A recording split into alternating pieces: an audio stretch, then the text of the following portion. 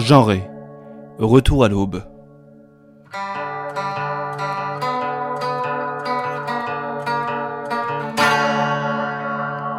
Nouvelle issue du recueil Les Contes Noirs du Golfe.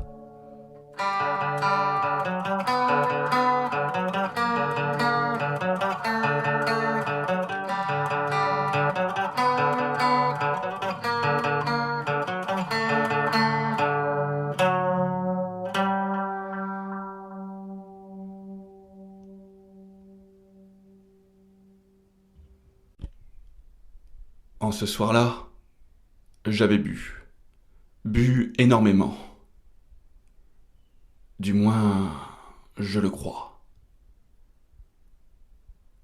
Car un trouble sans pareil m'avait saisi, et mon cerveau devait flotter dans l'alcool, comme ceux dont on dépouille les macabées au profit des bocaux d'un musée d'anatomie. Je ne pus me souvenir des lieux, ni de mes compagnons de bordée, si ce n'est que ces derniers n'étaient pour le moins étranges. Ainsi, l'un d'eux, en regardant une pâle luminosité, qui aurait bien pu être celle d'une aube naissante, me dit « Il est temps de regagner notre habitat. » Je suis un fervent du dictionnaire, c'est-à-dire qu'en fin de lecture, je n'en connais pas de plus intéressante et de plus profitable que celle de ce tome prolixe et savant. « Habitat » objectai-je non sans humeur. Cela se dit du lieu où se trouve un animal à l'état de nature. C'est du littré tout pur. En effet, répondit-il, vous ne pourriez mieux dire, ni moi non plus. Sur quoi, je vis qu'il était velu, et ondoyant comme une chenille processionnaire. L'ivresse supprime les transitions. Elle est faite du coq à l'âne, comme les bouquets. Dans une gerbe de fleurs ne passez-vous pas immédiatement de la rose à l'œillet sans le truchement intercalaire de quelques métisses végétales? Ceci pour expliquer que selon ma propre logique, je me trouvais ensuite immédiatement dans la rue. Elle m'inspira aussitôt une réelle aversion, à cause de son nom, que je lus sur un écriteau. Rue du Phalanstère. Quelque chose en code bleu passa dans la clarté indécise du jour nouveau. J'étendis la main vers elle en m'écriant « Où donc est-il, le Phalanstère? Hein? Où est-il » La cote bleue me repoussa et s'évanouit dans l'ombre portée d'un mur. « On n'a pas d'idée, grommelai-je, de nommer une rue selon une chose inexistante. » Sur quoi je découvris la porte ouverte. Une porte ouverte où qu'elle puisse vous conduire ensuite est toujours un appel, une invitation, sinon un signe d'accueil. J'entrai. Par l'effet du manque de transition, je me trouvais sur le champ, dans un atelier où un bonhomme travaillait avec application. Sur une meule crachant de jolies gerbes d'étincelles, il aiguisait une longue lame luisante. Tout en restant à sa besogne de gagne petit, il leva la tête et m'appela par mon nom. Il me dit avec un accent de reproche. « Il faut rentrer chez vous, Monsieur Pont !»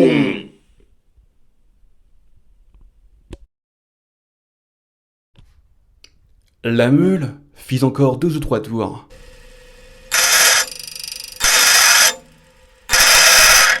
Puis le bonhomme enleva la lame et la posa, brillante comme la lune, dans un coin de l'atelier. C'était une faux. Je retrouvai la porte ouverte et la rue. Je la parcourus et j'allais maudire à nouveau l'illogisme de son nom quand je m'arrêtai brusquement en disant « Je vous dois bien des excuses, Madame Larue. Voilà le Phalanstère, et votre nom concorde pleinement avec les définitions qu'en donne le dictionnaire. édifice occupé par des familles habitant en commun. Car au fond de la rue se trouvait le cimetière. J'y entrai vivement, presque au pas de course, avec l'impression d'être en défaut. Il me sembla entendre dans la grisaille du matin une voix mécontente m'interpeller. « Ce n'est pas une heure pour rentrer !» Puis une autre, encore plus mécontente encore. « Courir ainsi les rues, c'est une honte !»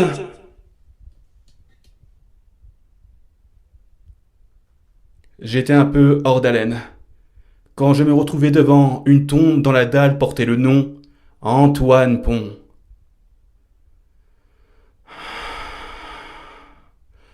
Je soupirai d'aise et je rentrai chez moi.